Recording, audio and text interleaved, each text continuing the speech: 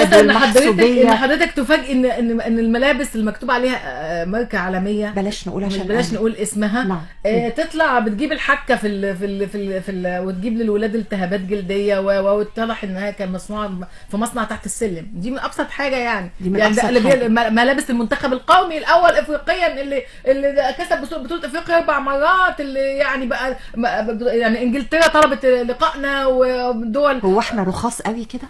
اللي بيحكمونا يعني في هذا مرخصيننا؟ المجال الرياضي آه. الحقيقه بيستخدموا الرخص في التعامل. يعني الملابس تلبسها مثلا تقعد مش عشان رخيصه حضرتك، أمال لا إيه؟ دي عشان تواطؤ فيها.